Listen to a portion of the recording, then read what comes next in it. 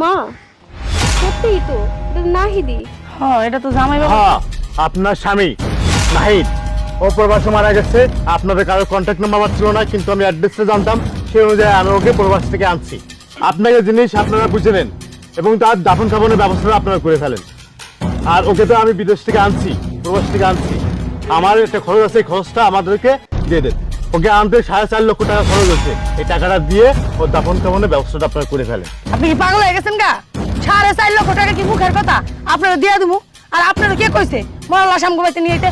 ও যখন প্রবাসী ছিল তখন ওরা আমি ভালোবাসতাম, কারণ ও আমার টাকা পাঠাইতে পারতো। আর এখন ও মারা গেছে, ও আমার একটা টাকাও দিতে পারবে না।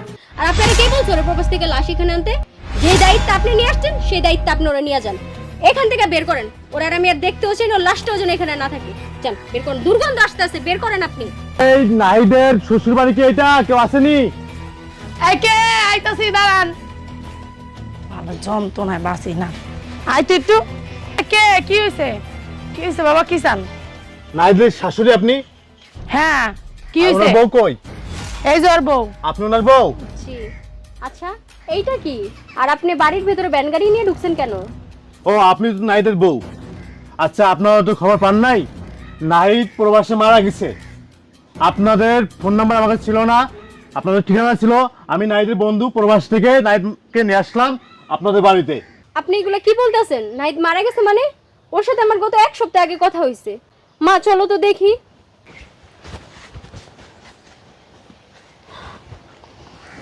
মা, সত্যিই তো এটা নাহিদি। হ্যাঁ, এটা তো জামাই বাবু। হ্যাঁ, আপনার স্বামী নাহিদ ও প্রবাসে মারা গেছে। আপনাদের কারোর কন্ট্যাক্ট নাম্বার আমার ছিল না, কিন্তু আমি অ্যাড্রেসটা জানতাম, সেই অনুযায়ী আমি ওকে প্রবাস থেকে আনছি। আপনাকে জিনিস আপনারা বুঝে নেন এবং তার দাফন কাফনের ব্যবস্থাটা আপনারা করে ফেলেন। আর ওকে তো আমি বিদেশ থেকে আনছি, প্রবাস থেকে আনছি। আমার একটা খরচ আছে, এই খরচটা আমাদেরকে দিয়ে দেন। কি এর খরচ? ওকে আনতে 4.5 লক্ষ টাকা খরচ হচ্ছে, এই টাকাটা দিয়ে ওর দাফন কাফনের ব্যবস্থাটা আপনারা করে ফেলেন। আপনি কি পাগল হয়ে গেছেন গা? 4.5 লক্ষ টাকা কি মুখের কথা? আপনারা দিয়ে দেবো। আর আপনারা কে কইছে মরা লাশ আমগো বাড়িতে নিয়ে আইতে? আর বাবার বাড়িতে পাঠাই দিলেন না কি লিগা? এনে আনছেন কি লিগা আপনি? আপনি কি বলতেছেন? ও যে এত বছর বিদেশ থাকছে, টাকা পয়সা তো আপনাদেরকে দিয়েছে, তার স্ত্রীকে দিয়েছে, তাহলে ও এখন মারা গেছে, টাকাগুলো কারা পরিশোধ করবে? আপনারা হয়তো পরিশোধ করবেন। হ্যাঁ, খাইলে তো আমগর কাম নাই, আমরা পরিশোধ করবো। বাবার লোক, বাবার বাড়ির লোক পরিশোধ করবো কি লিগা? আমরা পরিশোধ করতে কি এর টাকা দিছে আমগরে? আমার মাইয়ের খরচটাও আমরা দেই। ফাইজলামি করেন না, নিয়ে যান, আপনি নিয়ে যান। এই ব্যান গাড়ি নিয়ে আমার বাড়িতে বাইরেন যান। আপনি এগুলো কি বলতেছেন? আপনি না তার শাশুড়ি? আমরা শুনেছি নাকি শাশুড়ি নাকি মায়ের মতো হয়। ও বলছে যে ওর মা নাই, ঠিক আমার শাশুড়ি হচ্ছে আমার মা, কিন্তু আপনি যে ব্যবহারগুলো করতেছেন এ তো মায়ের মতন করতেছেন না। ও ও যত টাকা ইনকাম করেছে আপনাকে দিয়েছে, আপনার মেয়েকে দিয়েছে, এখন বলতেছেন কি তার বাপের বাড়ি পাঠাই দিচ্ছি। আপনি জানেন আমগর দিছে? উল্টা পাল্টা কথা কেন না। আর আমার দুটা সন্তান আছে, কি কারণে আরেকজনের মা আমি হইতে যাবো? আমার একটা ছেলেও আছে, একটা মেয়েও আছে। আমার কারো মা হওয়ার শখ নাই কেউ তো। শোনেন হয়ে যান। আমার মা ঠিকই বলছে, আপনি ওরে নিয়ে চলে যান। ওরে আমরা চিনিও না। ভালো হয়েছে, বাল মরে গেছে গা। আমার মাইয়ার আমি ভালো জায়গায় একটা বিয়ে দিমু, ভালো বড় লোক পোলা দীক্ষা বিয়ে দিমু, কোনো চিন্তা ভাবনা নেই কে। কেন? তোমার না স্বামী? তার স্বামী যেহেতু মারা গেছে, তাহলে তুমি এই কাজটা করো। ও তো সব কষ্ট করে তোমাকে টাকা দিয়েছে, দিছে না? কত টাকা দিছে? ওরে আমি চিনিই না। আপনি ওরে লিয়ে যান। কি বলো তুমি? হ্যাঁ। তুমি নাইট কি ছিল না? না তোমার স্বামী না এসে? না, ওর সাথে আমার আগে তালাক হয়ে গেছে। ওর মা নাই, ওর বাবা আছে। ওর বাবার কাছে থাকে না, তোমার কাছে থাকে। তোমাকে টাকা দিয়েছে। আচ্ছা, তুমি বলতেছো তাকে তুমি চেনো না, মানে এটা কিভাবে? মানে সে মারা গেছে বলে তাকে তুমি চেনো না? শোনেন, কোনো নাইট ঠাইতে আমার মাইয়া চেনে না। আমার মাই ও মরে গেছে, ভালো হয়েছে। নাইট মরে গেছে, ভালো হয়েছে। আমার মেয়ের আমি ভালো পোলা দীক্ষা বিয়ে দিবো। আমার মেয়ের লেগে আমি টাকা পয়সা রাখছি বিয়ে দেওয়ানোর লিগা। আপনি এটার এই বাসাতে বাই করেন, বাই করেন যান। কে কইছে আপনার এবারে ঠিকানা? কে কইছে? কইছে নাকি? আর এই বাসায় আইছেন কে মরা লাশ নিয়ে? যান তো, যান। গন্ধ কইতাছে, যান। জানতো ভাই, যান, যান। ওরে লিয়ে যান। বের করেন। দুর্গন্ধ কইতাছে। কেন? গত মাসেও তো আপনাদেরকে 60,000 টাকা পাঠাইছে আপনার ব্যাংকে, পাঠাইছে না? ঈদের সময় তো আপনাদের সবাইকে মার্কেট করার জন্য, শপিং করার জন্য 1 লক্ষ টাকা পাঠাইছে। আমার সামনে তো পাঠাইছে আপনাদেরকে, কি পাঠাইছে না? আজ কি বলতেছেন? তার দিন আপনার আপনি শোধ করবেন না। আর হ্যাঁ, তুমি কে? তুমি না শালা? শালাই তো তুমি। কদিন আগে তুমি একটা আইফোন ছেলে, তোমার তো একটা আইফোন পর্যন্ত দিয়েছে, কি দিয়েছে না? তাও তুমি তোমার দুলোভাইয়ের দিন আপনাগুলো পরিশোধ করে দাও। আমি কই পাবো? আমি তাই আমার ফ্যামিলির উপরে চলি। হ্যাঁ, ফ্যামিলি উপরে চলো, তার ব্যবস্থা করবো না তোমরা? এটা করলে হবে? আপনি তো তার স্ত্রী, সব টাকা তো আপনাদেরকে দিয়েছে। অনেক স্ত্রী হয়েছে কি হেলে কি হ্যাঁ দেনা পানা আমরা শোধ করবো? হ্যাঁ, হেলা কি আমার হ্যাঁ কি আমার কোটি কোটি টাকা কামাই দিছে যে হ্যাঁ দেনা পানা আমি শোধ করবো? লয়ে যাও বাবা, লয়ে যাও। এই লয়ে যাও, নাহলে কিন্তু তোমার খবর আছে, লয়ে যাও। গন্ধ বেরিয়েছে। এখন তো গন্ধ, তাই না? এখন তো তার শরীর থেকে গন্ধ বেরোচ্ছে। টাকা যখন দিয়েছে তখন তো ঠিকই নিয়েছেন আপনারা, নিয়েছেন না? দেখেন আমি একটা কথা বলি, টাকাটা আমিও কিন্তু একজনের কাছে ধার করে আনছি। ওর সাথে আমার আগের থেকে অনেক সম্পর্ক, বন্ধুত্ব সম্পর্ক, তাই কিন্তু আমি কিন্তু আন্তরিকতার ক্ষেত্রে আপনার বাসায় কিন্তু তাকে আমি নিয়ে আসছি। এমন ছিল আমি না আনতাম, ওই পুরো বাসায় মনে করে ফেলানো থাকতো, তাহলে কি করতেন? তাহলে আপনি ভালোই হইতো, আপনি আনছেন কি লিগা? আপনি হ্যাঁ অনেক কষ্ট করে হ্যাঁ বাপের বাড়ি ঠিকানা আমি দিতেছিল যান। কেন ভাবি, আপনি তো তাকে খুব ভালোবাসতেন, তাহলে আজকে এই কথাটা কেন বলতেছেন? আপনি একটা কাজ করেন না, ছেলেটা তো যেহেতু মারাই গেছে তার দিনা পাওনাটা পরিশোধ করে দেন, যে তার কাফনের ব্যবস্থাটা একটু করেন। ও যখন প্রবাসী ছিল তখন ওরা আমি ভালোবাসতাম, কারণ ও আমার টাকা পাঠাইতে পারতো। আর এখন ও মারা গেছে, ও আমার একটা টাকাও দিতে পারবে না। আর আপনারা কে বলছো ওরা প্রবাস থেকে লাশ এখানে আনতে? যে দায়িত্ব আপনি নিয়ে আসছেন সেই দায়িত্ব আপনি ওরা নিয়ে যান। এখান থেকে বের করেন ওরা, আর আমি আর দেখতেও চাই না, ওর লাশটাও যেন এখানে না থাকে। যান বের করেন, দুর্গন্ধ আসতে আসতে বের করেন আপনি। মা, এই ছেলেটা তো আপনাকে খুব ভালোবাসতো মায়ের মতো, আপনিও নাকি শুনছি তাকে ছেলের মতো ভালোবাসতেন। এই ছেলেটা তো মারা গেছে, একটু দাফনের ব্যবস্থা প্লিজ করেন মামিমা। আর 4.5 লক্ষের উপরে খরচ হয়েছে, আপনার 4.5 লক্ষের উপরে দেওয়া লাগবে না, আপনি 4 লাখ টাকা দেন, যেন আমিও যাতে ওই দিনাগুলো পরিশোধ করতে পারি। একটা মানুষ যখন তার উপরে দিনা থাকে, দিনা পরিশোধ না করে তাকে দাফনের কাজটা করা যায় না মামিমা। আপনি প্লিজ এই ব্যবস্থাটা আপনি একটু করে দেন। আপনি আমার সামনে ইমোশনাল কথা বললেন না, আমি ওর শাশুড়ি, আমি ওর মা লাগি না। এত ইমোশনাল কথা কয়ে আমার গলান যাবো না, বুঝতে পারছেন?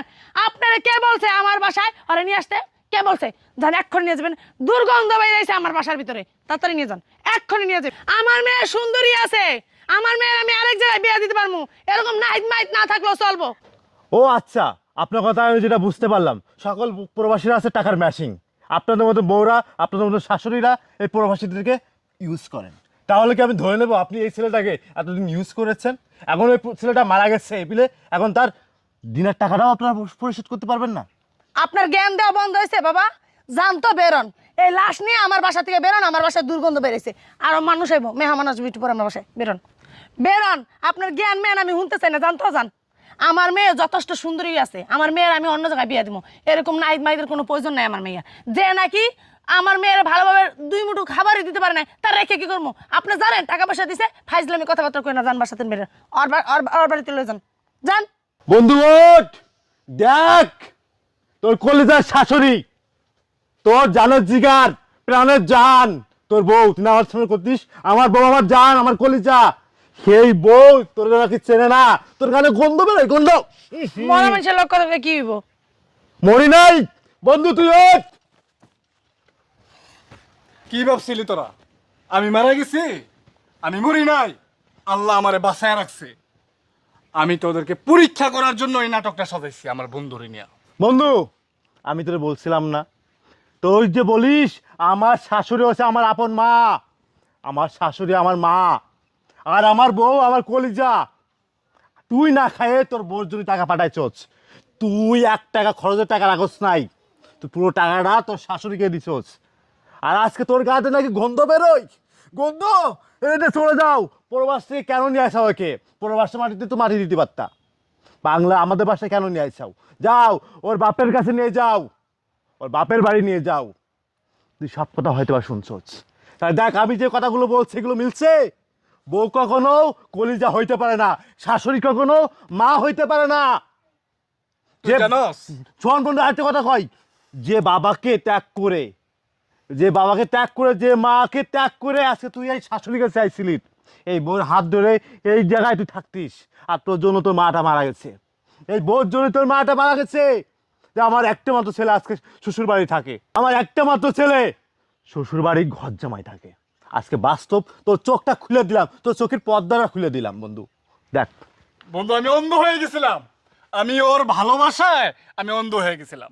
আমি আমার মাকে ভুলে গেছি, আমার বাবাকে ভুলে গেছি, আমার ভাই বোন সবাইকে ভুলে গেছি। আমি ওর প্রেমে অন্ধ হয়ে গেছিলাম। আমি তোরা আমারে বারবার বলতি প্রবাসে যে দোস্ত, তুই যে না খায়া না পইরা না লইয়া তুই যে সব টাকা তোর শাশুড়ি আর তোর বউর কাছে পাঠায় দেস টাকা, তুই যে কিছু টাকা রাখস না আলাদা, তোর বাবা মারে দেখস না, কিচ্ছু করস না, সব পাঠায় দেস তোর বউ রে, তোর শাশুড়ি রে, একদিন তোর পস্তাইতে হবে। আমি তোদের কথা শুনি নাই বন্ধু, তোদের কথা আমি শুনি নাই, বিশ্বাস করি নাই। তুই আমারে অনেক বলতি দোস্ত, তাইলে তুই যদি বিশ্বাস না করস তাহলে একটা পরীক্ষা হয়ে যাক, তাও আমি তোর কথা শুনি নাই কখনো। অনেক আগে তুই আমারে বলছস, আমি তোর কথা শুনি নাই। কিন্তু এইবার পরীক্ষাটা করতে বাধ্য হয়েছে আমি। এলাকা থেকে আমারে ফোন দিয়ে বলা হয়েছে যে তোমার শাশুড়ি আর তোমার বউ তোমার আন্ডারে নাই। তুমি যে এত টাকা পয়সা সব যে শ্বশুর শাশুড়ি দিতেছ, বউরে দিতেছ, তোমার পক্ষে তারা নাই, তারা অন্যদিকে বিয়ে দিবে তাদের মেয়েকে। তার জন্য আমার বন্ধুর সাথে পরিকল্পনা করে এই নাটকটা সাজাইছি। বন্ধু আজকে- আরেকটা কথা বলি, তোমার শাশুড়ি বলছে যে আমার জামাই মারা গেছে, যাক ওটা আমি চিনি না, আমার মেয়ে সুন্দরী আছে, কালকে আমি আরেকটা জামাই নিয়ে আসবো ধরে, এই পর্যন্ত বলছে। এখন বন্ধু তুমি কি বলবা বলে দাও, আমার কাজ আছে, আমি চলে যাও। শোনো, কি বলো বাবা? হ্যাঁ, আরে তোমার কত ভালোবাসি আমরা, তুমি ছাড়ো না জানো না? আমরা তো একটু শয়তানি করলাম, অভিনয় করলাম। আমি জানি আমার নাহিদ বাবা কোনোদিন মত পারে না, আমি জানি। আরে শোনো না, তুমি জানো না আমি তোমার কত ভালোবাসি। দেখো আমরাও তো নাটক করছি। হ্যাঁ মা কও, আমরাও ভাবছি যে তুমি আমাদের সাথে অভিনয় করতেছো, সেটা আমরা দেখে আমরা নাটকই করছি। নাটক করছস, আর কত নাটক করবি? আর নাটক করার কোনো সুযোগ নাই। তোর মতো স্ত্রীর কোনো পুরুষের জীবনে যেন না আসে। তোরে আমি আজকে তালাক দিলাম। তোর মতো স্ত্রীর আমার দরকার নাই। তোরে তালাক দিলাম, 1 তালাক, 2 তালাক, আরে 3 বাবা। তালাক। তুই আজকের পর থেকে তোর এই চেহারাটা, পাপিষ্ট চেহারাটা আমারে দেখাবি না। আমি এনে শুয়ে থেকে তোর মাঝের সব কার্যকলাপ, সব কথাবার্তা আমি শুনছি। আল্লাহ আমারে বাঁচায় রাখছে, আল্লাহ আমারে মারে নাই, আমি বাইচা আছি। এর জন্য তোদের মতো এইরকম চরিত্রহীন আর হচ্ছে স্বার্থপর কালনাগিনী মা আর মেয়েদের আসল রূপটা আমি দেখতে পাইছি স্বচক্ষে। চুপ থাক, অনেক কথা হয়েছে বন্ধু তোর। শাশুড়ি কখনো মা হইতে পারে না, আর শ্বশুর কখনো বাবা হইতে পারে না। আমি তো আগে বলেছি যে বাবা মাকে ছাড়িস না। আর তুই কি করছস? দূর, বাবা মাতে কি হইব? তুই প্রবাসে কত কষ্ট করছস, কত পরিশ্রম করছস আমাদের সামনে। তুই ওভার ডিউটি পর্যন্ত করছিস, আমরা ঘুমায় আসা, তুই ওভার ডিউটি করে তুই টাকা দিছিস তাদেরকে। যখন যেটা চাইছে তখন সেটা তুই দিয়েছিস, আর আজকে নিজের চোখে দেখলি। আর কোনো কিছু বলা নাই বন্ধু, যা তোর নিজের বাপের পায়ে ধরে মাপ শেখে যা। যা যা চল, তোর বাপের পায়ে ধরে মাপ শেখে। এদের সাথে আর কি কথা কবি? এদের সাথে কথা বলে কোনো লাভ নাই বন্ধু। তুই নির্লজ্জ নারী, তুই চল। স্বার্থপর, চল বন্ধু চল। কালনাগিনী তোর।